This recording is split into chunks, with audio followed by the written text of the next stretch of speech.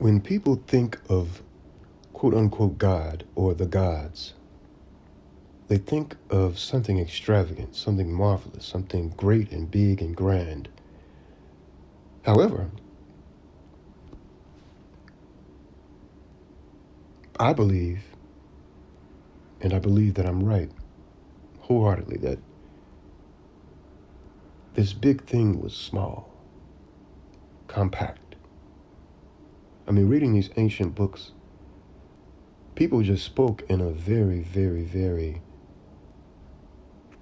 specific way, but also a roundabout way that you have to be able to interpret. That's why there are so many different uh, versions of these books.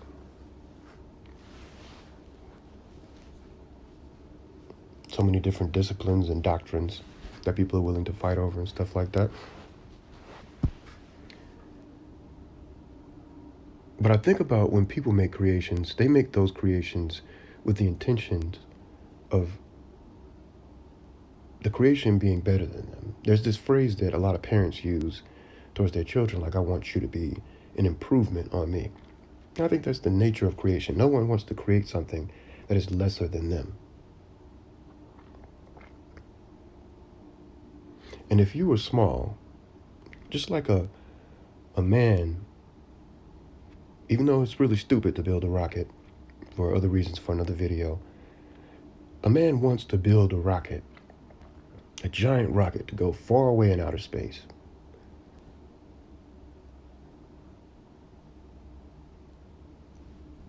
But why not build something that could show him within himself or herself?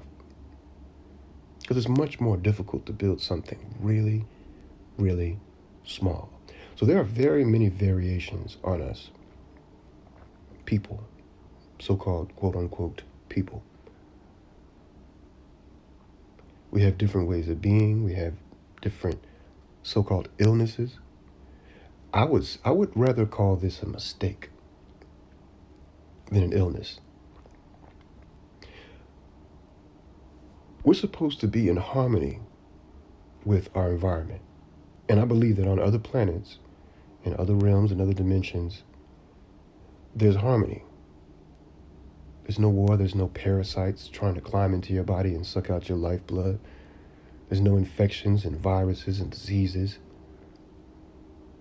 There's no cognitive dissonance because the truth is just normal.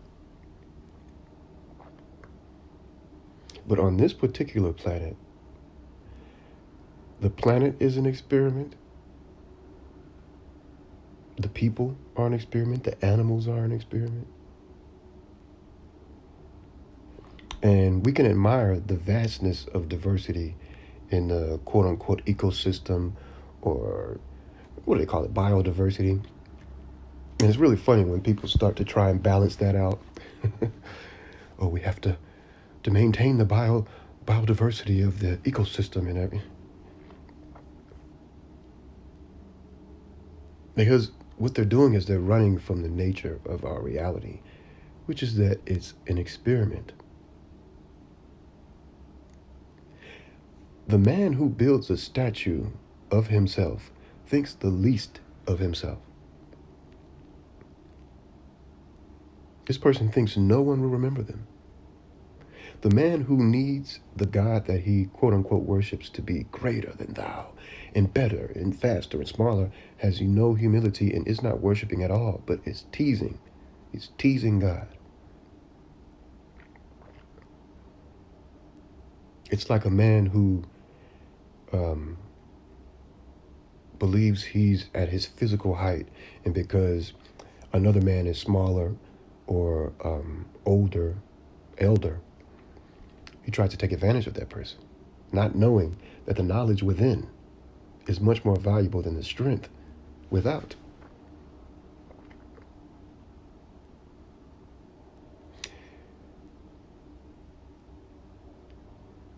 And within without is a funny way. I'm not going to get too sidetracked, but it's just all just so jumbled and messed up. So within is with the inside of you. It's speaking about things that are inside of you. But without, it has a sentiment of speaking about things that are outside of you. But then you can say, I've been without a lover for years. But your lover's not inside of you. So the nature of the lover is always going to be without. The nature of the friend, the house. I'm homeless. I'm without a home. The home is not, the home contains you, but it's not inside of you. So you can't be without a home. Now, these are fundamental realities and fundamental realities of language, of, I hate to use these words, but physics and science and things like that, just because there's no better word right now for me to use in this ridiculous language.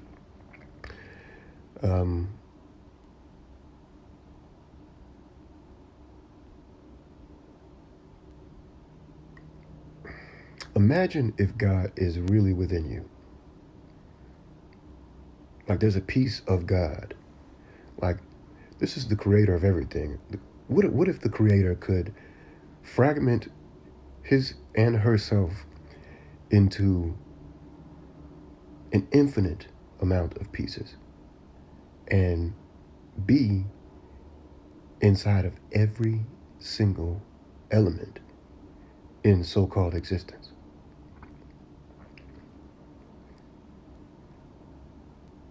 The easiest way to find God is to find yourself.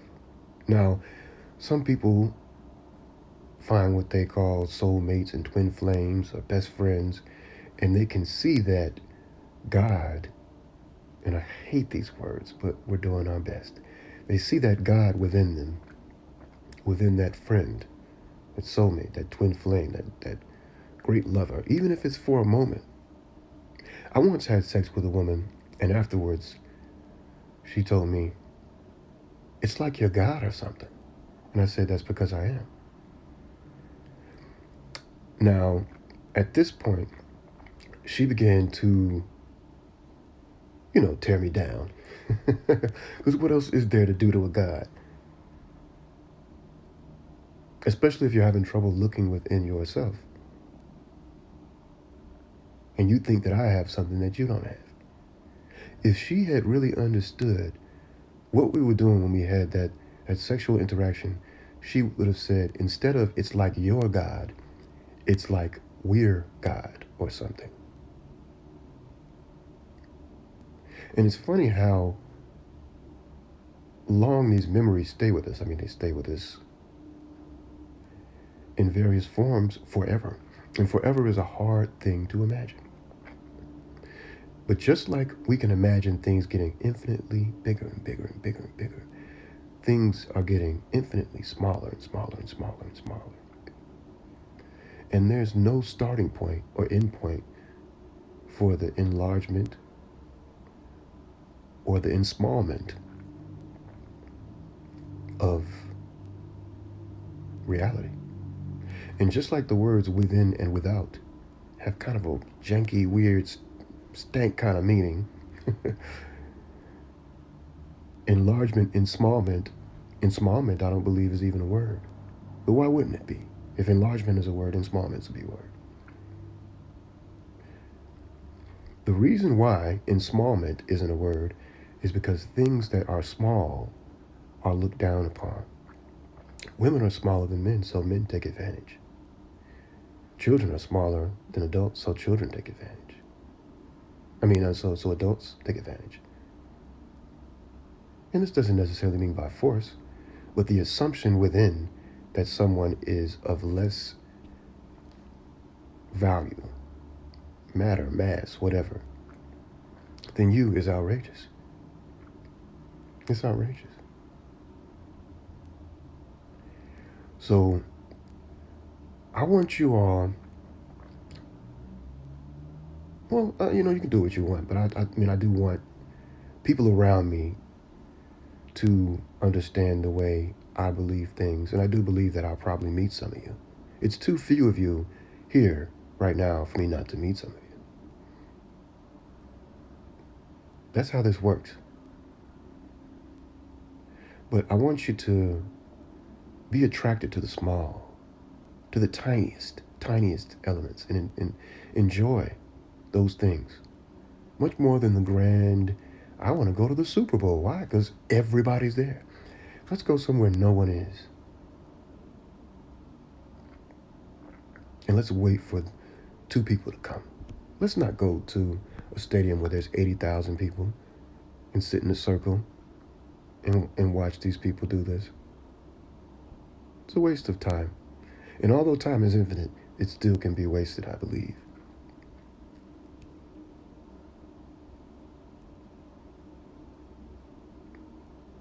Now, you know what? I'm going to take that back.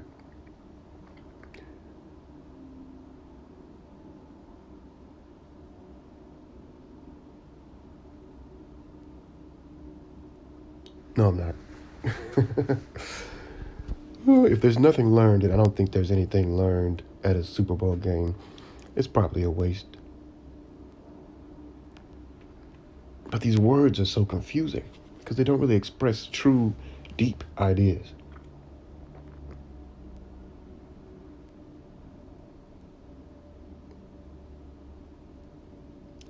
You know, there's this criticism of short men. I'm not a short man, I'm 6 feet tall, but I find it strange.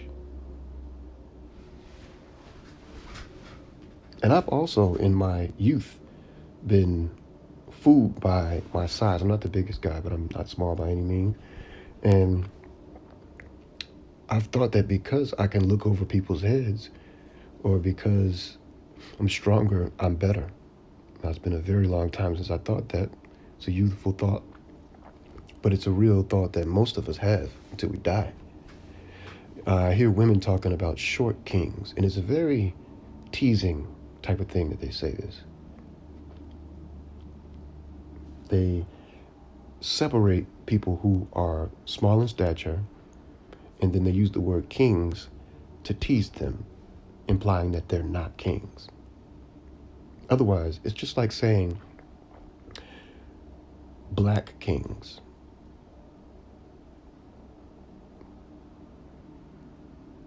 What's the difference between a king and a king? What's the difference between a woman and a woman? If we're different, we should acknowledge the actual real difference. And this is where you start to lose people. Because there has to be the potential of ideas that can't be verified.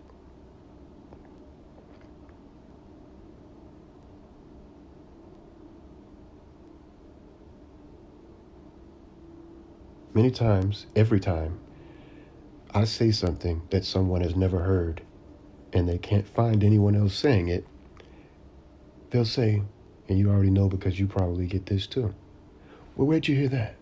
Where'd you get that idea?